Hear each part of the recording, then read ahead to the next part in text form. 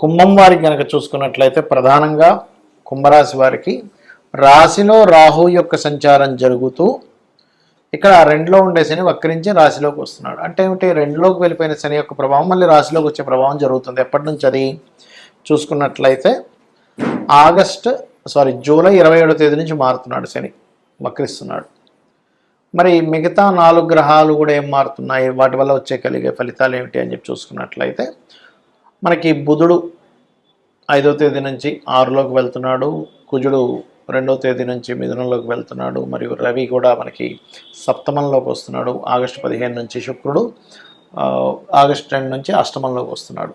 మరి ఈ యొక్క గ్రహస్థితిని అనుసరించి మీకు ఎలా ఉండబోతుంది, ఏ దేవతారాధన చేయాలి, ఎటువంటి విషయాల పట్ల మీరు జాగ్రత్త వహించాలనేటువంటి అంశాలు చెప్తుంది నేనైనప్పటికీ చెప్పిస్తుంది సాక్షాత్ లలిత అమ్మవారిగా భావిస్తూ ఆ లలితాంబిక అమ్మవారి యొక్క అనుగ్రహం మీకు పరిపూర్ణంగా కలగాలని మనస్ఫూర్తిగా కోరుకుంటూ ఇక్కడ గమనించినట్లయితే ఈ గ్రహాలు ఏవైతే ఉన్నాయో అంటే పంచమ స్థానంలో ఉండేటువంటి గ్రహాలు పర్టికులర్గా అంటే పంచమంలో ఉండేటువంటి గ్రహాల దగ్గరికి అంటే బుధుడి దగ్గరికి కుజుడు వెళ్తున్నాడు. ఎప్పుడైతే బుధగ్రహం దగ్గరికి ఎప్పుడైతే కుజుడు వెళ్తున్నాడో బుధకుజుల యొక్క కలయిక ఉంది కాబట్టి స్టార్టింగ్ ఆగస్టు మంత్ స్టార్టింగ్ వీక్లో స్నేహితులతోని ప్రేమ వ్యవహారాల మూలంగాను షేర్ మార్కెట్ విషయాల్లోని కొంత స్ట్రెస్ పడతారు. ఆ యొక్క విషయంలో జాగ్రత్తగా ఉండండి. ఈ నెలలో ఆగస్టు 2 నుంచి ఆగస్టు ఎండింగ్ వరకు వాహనాలు, గృహాలు, ఏదైనా ఎడ్యుకేషన్ రిలేటెడ్ సంబంధించిన విషయాలు, ఏదైనా సినిమా ఫీల్డ్ డైరెక్షన్ సంబంధించిన ఏదైనా కోర్సెస్ చేసే విషయాల్లో తొందరపడి ఎవరికో డబ్బులు కట్టి ఎవరో ఏదో దారి చూపిస్తా అంటే వాళ్ళకి ఇచ్చి ఆ ఇబ్బంది పడ్డము, లేకపోతే ఏదైనా ప్రాపర్టీ తీసుకునే విషయంలో, తాతగారు ఆస్తి విషయంలో తొందరపాటు నిర్ణయాలు పనికిరావు. వాహనం మీద కూడా స్పీడ్గా వెళ్ళకండి.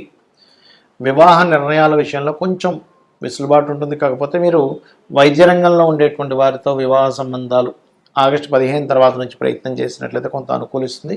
కాకపోతే తెలియని ఈగో క్లాషెస్, ఎందుకంటే సప్తమంలో కేతు ఉంటూ రవి కూడా ఉన్నాడు కాబట్టి తెలియని ఈగో క్లాషెస్ వస్తూ ఉంటాయి. ఆ యొక్క విషయంలో కొద్దిగా జాగ్రత్తగా ఉండండి. అప్పులు లభిస్తాయి.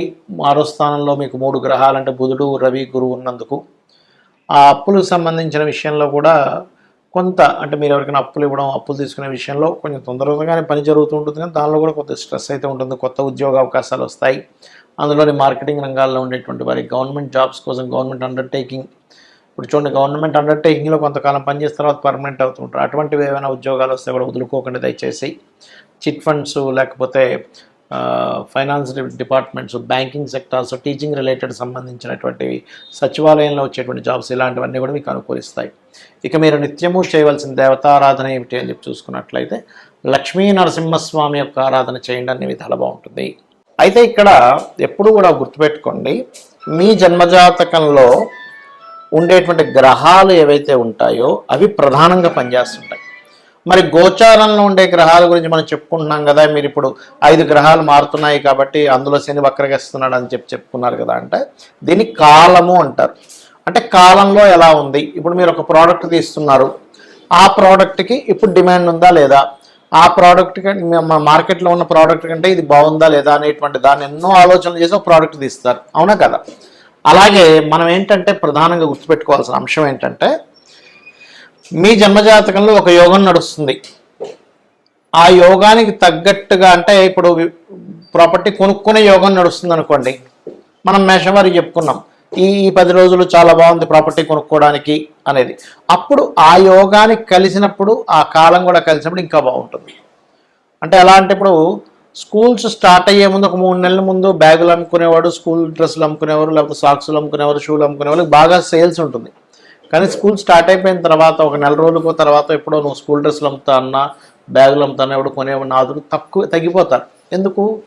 అయిపోయింది, కొనాల్సిన టైం అయిపోయింది. అలాగే గోచారం అనేటువంటిది ఏంటంటే ఎప్పుడు కూడా కాలంలో జరిగేటువంటి ఫలితాలు. మనం లాస్ట్ టైం చెప్పుకున్నాం 3-4 నెలల క్రితం, శుక్రుడి యొక్క గతిని బట్టి ఏమంటే ఇప్పుడు శుక్రుడు ఇలా ఉన్నాడు, తర్వాత ఇక్కడికి వెళ్తాడు, మళ్ళీ సింహరాశిలో శుక్రుడు కేతుతో కలిసినప్పుడు స్త్రీల మీద అఘాయిత్యాలు జరుగుతాయని చెప్పుకున్నాం, గుర్తే ఉండుంటుంది మీకు.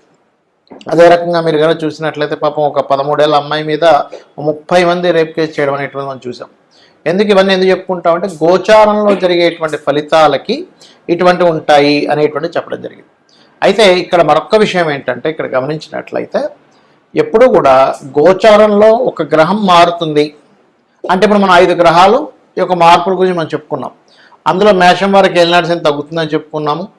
కానీ ఇక్కడ ఈ మకరం వారికి మరలా ఏలినాటి శని ప్రభావం వస్తుంది. అలాంటప్పుడు ఏం చేయాలి? వీళ్ళు శని గ్రహం దగ్గర దీపారాధన చేసుకుంటే సరిపోతుంది. దాని గురించి అంతేగాని కంగారు పడిపోయి ఏదో అయిపోతుంది, నా గ్రహం మారిపోతుందంటే ఏదో కొంపలు మునిగిపోతుంది అన్నంత అవసరం లేదు. కాలంలో ఎలా అయితే కాలం మారుతుందో, ఎండాకాలం, వర్షాకాలం, చలికాలం ఎలా అయితే కాలాలు మారుతాయో, గ్రహాల మార్పుల వల్ల వాళ్ళ తత్వాల్లోని, వాళ్ళ జీవన విధానాల్లోని, వాళ్ళ యొక్క ఆలోచన విధానంలోని వాళ్ళకు ఉండేటువంటి స్థితిగతుల్లో కొన్ని మార్పులు వస్తాయి. అయితే ఎటువంటి మార్పులు ఉన్నా కూడా ఆ గ్రహానికి సంబంధించినటువంటిది మీరు కనుక చేసుకోగలిగితే, ఇప్పుడు మనం మొత్తం 5 గ్రహాల గురించి మాట్లాడుకున్నాం కదా. సో శని గ్రహం దగ్గర శని ఎప్పుడు మారుతున్నాడు మనకి అంటే 27 జూలై నుంచి వక్రిస్తున్నాడు. కాబట్టి 27 జూలై నుంచి కాస్త ముఖ్యంగా శని భగవానుడి దగ్గర దీపారాధన చేసినట్లయితే దాని ప్రభావం మనకి ఉండదు, గుర్తుపెట్టుకోండి. అలాగే గోవుకి కాస్త బెల్లం నిర్మిస్తూ ఉన్నట్లయితే, కుక్కలకి, నల్ల కుక్కలకి కానీ లేకపోతే కుక్కలకి కానీ ఏదైనా ఫుడ్ వేస్తుంటే కూడా కుజ ప్రభావం తగ్గుతుంది. శనికేమో గోవులకు బెల్లం తినిపించాలి, కుజుడి యొక్క ప్రభావం తగ్గాలంటే డాగ్స్కి మీరు ఏదైనా ఫుడ్, స్ట్రీట్ డాగ్స్ ఉంటుంటాయి పాపం, వాటికి ఫుడ్ ఉండదు సరిగా, వాటికి ఏదైనా తినిపించడం. లేదా కొన్ని ఉంటాయి, ఇప్పుడు ఎట్లాగంటే కొన్ని సంస్థలు ఉంటాయి, వాటిని కుక్కలు పెంచుతుంటారు ప్రత్యేకంగా. అలాంటి సంస్థలకు వెళ్ళి చేయండి పోని. ఎందుకంటే ఇవాళ రేపు వీధి కుక్కలను పెంచుతుంటే కూడా ఏమైపోతుందంటే పాపం అది వెళ్ళే వాళ్ళని కరుస్తుంది, అలాంటివి ఎంకరేజ్ చేయకుండా అనేటువంటిది కూడా వస్తున్నాయి ఇవాళ రేపు మనం చూస్తున్నట్లేదు. కనీసం అలాగైనా చేయండి. అదేవిధంగా బుధుడు కూడా మారుతున్నాడు. కానీ బుధుడు మారడం వల్ల ఎక్కడ కూడా ఎఫెక్ట్ లేదు మీకు. ఎందుకు లేదు అంటే బుధుడు వెళ్ళి శుభగ్రహాలతో కలుస్తున్నాడు. ఇప్పుడు దాని గురించి పెద్దగా రెమెడీ ఏం అక్కర్లేదు. కానీ శుక్రుడు వల్ల మాత్రం రెమెడీ చేసుకోవాలి. ఎందుకు? శుక్రుడు నీచ స్థానంలోకి వెళ్తున్నాడు. కాబట్టి మొన్న జరిగిన ఇన్సిడెంట్ ఏదైతే పాప ఇన్సిడెంట్ ఉందో అలాంటిది దాదాపుగా ఇంకో 2 నెలల వరకు ఉంది దాని ప్రభావం. ఇంకొక 2 months ఉందండి. కాబట్టి ఇంకొక 2 నెలల వరకు మీ ఇంట్లో ఎవరైనా అమ్మాయిలు ఉన్నట్లయితే బాగా ఎంగేజ్, టీనేజ్లో ఉండేటువంటి పిల్లల విషయంలో దగ్గరుండి స్కూల్కి తీసుకురావడం కానీ, కాలేజీ తీసుకురావడం కానీ చేయండి. కానీ ఒంటరిగా నిర్మానుష్యమైనటువంటి ప్రదేశాల్లోని వాళ్ళని రమణమండి ఇట్లాంటివి ఏమి చేయకండి దయచేసి. ఎందుకంటే ఇప్పుడు గ్రహస్థితులు ఈ రకంగా ఉన్నాయి, గుర్తుపెట్టుకోండి. ఇక 3వ విషయం ఏమిటి అని చెప్పి చూసుకున్నట్లయితే ఇక్కడ రవి మారుతున్నాడు. రవి మార్పు వల్ల రవి ఓన్ హౌస్లోకి వెళ్తున్నాడు, కేతుతో కలుస్తున్నాడు. కాబట్టి ఇక్కడ ఏం చేయాలి? గవర్నమెంట్ కాంట్రాక్ట్స్ చేసేటువంటి వారు, ఎందుకంటే రవి గవర్నమెంట్ కారకుడు, ఉపాసనా మార్గాల్లో ఉండేటువంటి వారు. అందుకే సూర్యభగవాను చూస్తూ ప్రత్యక్ష నారాయణ అంటూ ఉంటాం. అలాంటి వారికి ఉపాసన సంబంధించిన వాటికి మంచిదే. కానీ గవర్నమెంట్ కాంట్రాక్ట్ చేసేటువంటి వారు కొన్నిసార్లు గవర్నమెంట్ రిలేటెడ్ వాటి మూలంగా ఇరుక్కుంటూ ఉంటారు. అందుకని ఏం చేయాలి? కేతుగ్రహం దగ్గర, రవిగ్రహం దగ్గర దీపారాధన చేయాలి. రవికేతు గ్రహాల దగ్గర దీపారాధన ఏమో మీరు ఆగస్టు 15 నుంచి రెగ్యులర్గా చేస్తూ ఉండండి. గోధుమలు దానంగా ఇవ్వచ్చు. అయితే ఇక్కడ ఏంటంటే ఒక్కొక్క గ్రహంకి ఒక్కొక్క కారకత్వం ఉంటుంది. మీ జన్మజాతకంలో ఉండేటువంటి గ్రహాలని గోచార గ్రహాలు యాక్టివ్ ఆర్ డియాక్టివ్ చేస్తూ ఉంటాయి. ఒక్కొక్కసారి అది కంప్లీట్ 0 అయిపోయే స్టేజ్కి వస్తుంది, ఒక్కొక్కసారి బాగా ఓవర్ యాక్టివ్ అయ్యే స్టేజ్ వస్తుంది. దాన్ని మనం అర్థం చేసుకోగలగాలి. ఇక్కడ నీచ స్థానంలోకి వెళ్ళేటువంటి శుక్రుడి మీద కుజుడు దృష్టి ఉంది. నెక్స్ట్ అంటే మిథునంలో ఉండేటువంటి కుజుడు కన్యలో ఉండేటువంటి శుక్రుడిని వీక్షిస్తాడు. కాబట్టి ఖచ్చితంగా జాగ్రత్త వహించాలి. స్త్రీల విషయంలో, వాహనం మీద వెళ్ళేటువంటి విషయాల్లో కూడా చాలా జాగ్రత్తగా ఉండాలి. ఇది చేసుకుంటూ అమ్మవారి ఆరాధన చేసుకోండి. మీ గ్రహస్థితి ఎలా ఉన్నా నిత్యం లలిత చదువుకోవడము ఇలా చేసుకోండి. అన్ని విధాలు మీకు బాగుంటుంది.